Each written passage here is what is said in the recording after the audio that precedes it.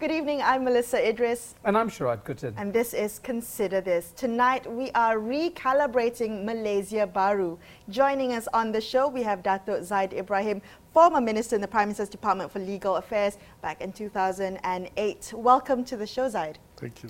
So, as I mentioned, we're taking stock of where we are as a country, the leadership of Pakatan Harapan. And I want to get a sense from you whether you think we are, as a country, moving forward, stagnating or sliding back. What do you think? Well, we are, I think, an underperformer, an underachiever. And starkly, I think, it's quite obvious. You just look around you, countries that are much poorer than us have gone miles ahead. And so we have to recognize the fact that we need a booster in the leadership of the country. And what we see today is, unfortunately, regrettably, not good enough. Not good enough. And even for Pakatan, as an avowed follower, a supporter of Pakatan, I think if they're not careful, it will be a one-term government. I want to ask you about, and maybe this is a more historical and broader question, is that countries in the region, have had their great moments. Burma was a sterling example within the region, the Philippines in the 50s and 60s, and now they've become the region's basket case, and they have been for decades now. The question of what will prevent a nation from sliding back? What actually goes into the mix, do you think, that allows a country to take stock and move forward, or just allow themselves to decline? I think it's leadership. I think only good leaders can move the country, can move the people and change people. Like I said, 80 years ago, China was in the midst of huge famine, civil war. Vietnam was bombed to bits by the Americans only 50 years ago. Today they have such a powerful economy. China is the second largest economy. It has to be leadership. It has to be. Singapore, I think, although people may not like me to praise Singapore, Singapore is just across the border.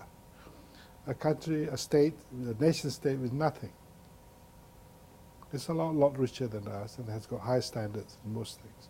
So what I'm saying is, let's recognize where we are and not be living in sort of a delusion that we can get there just by not working for it, by not changing things. Okay, coming back to leadership. So you said a little bit earlier that we need a bit of a booster in terms of leadership. What is your assessment of the Pakatan Harapan government's performance under the leadership with Mahathir at the helm?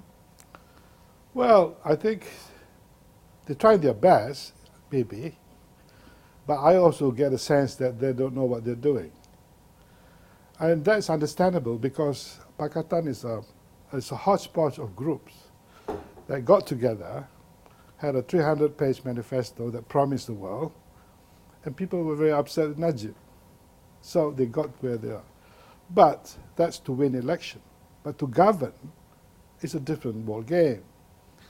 And I think Pakatan can do with additional good people inside. And this is where I find it amazing that Anwar Ibrahim is left out of that administration, of that government, because I think he could make the Pakatan stronger, surely. I remember in the days when Dr. Mahathir had to compete with the likes of Tunku Razali and Musa Hitam, he found Anwar useful to him. Anwar was helping him around, mopping up the enemies, as it were, and getting him to where he could then focus on running the country then. And of course, Dr. Mahathir had no such competitor now. So he may not need anyone. But the country needs Anwar, and Pakatan needs Anwar. Because I think Pakatan without Anwar will be much weaker. And I wonder if we could sort of get more granular on this, because it's often, we characterize our leaders, right? So they all have good qualities and they all have their weaknesses. Mahathir has his broader visions, he's obstinate, if you like, he's willful, and he knows what he wants, and he goes and gets it, and he's unafraid. But he's also divisive, and he's a man not given to compromise. Whereas an Anwar is often seen as somebody that complements Mahathir in that his ability to forge consensus. He's the guy who goes and puts balm on the hurt or deals with, as it were, maybe the lack of discipline. I mean, he's the man who can help make the political vision work on the ground. That complementarity seems to be missing today. As you say, maybe an inclusion of Anwar, but could it be found in other members of the current cabinet to do what Mahathir cannot do or not willing to do? I know there are a lot of stories about somebody else can take over from Mahathir besides Anwar. I think that's a recipe for disaster as far as Pakatan is concerned. And that's what Anwar and Abbas are looking forward to, a breakup in Pakatan. So whether Mahathir-Anwar combination is 100% or 50% or 70%, we have no choice. We have to make it work. And I think the earlier we realize that, and I would like to see, since the Prime Minister said that this reshuffle of cabinet will be imminent, I just hope that Anwar will be invited in at the appropriate place. And Anwar too shouldn't say, I don't want to serve the cabinet, because it is not a personal thing. It's about the country. It's kind of like a cowboy film Yeah. scenario. Yeah, so a this standoff, town right? is not It's big enough for the yes. both of us. You can't. Anwar cannot say that. He has to say, I will serve this country.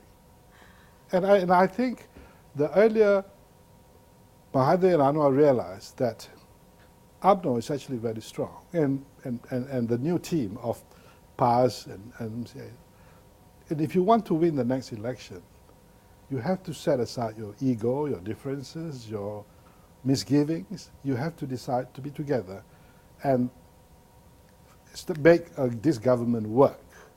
Zaid, This is what I think must happen. why do you think Anwar currently has remained outside of government? Why? I don't know. I don't want to speculate, but obviously some people don't like him. And I think, or distrust him, or whatever it is. But I hope we set aside that. See, this country is more important than that. And no one is bigger than this, So we should accept the reality that politics in this country has changed. People expect good things from their leaders. People expect smart things. People expect performance. And if you promise them, especially like we did in the manifesto, we did so many things, it's about time we deliver them. And if you can't, you need good leaders to explain why you can't. But at the moment, it's a kind of neither here nor there leadership, the way I look at it. And that is why by-election after by-election after by-election, you see the opposition getting stronger and stronger and stronger. And you cannot, after every defeat, say, oh, that's peculiar to that scenario. No. You must say, the storm is coming. That's what a responsible must say, and react to it.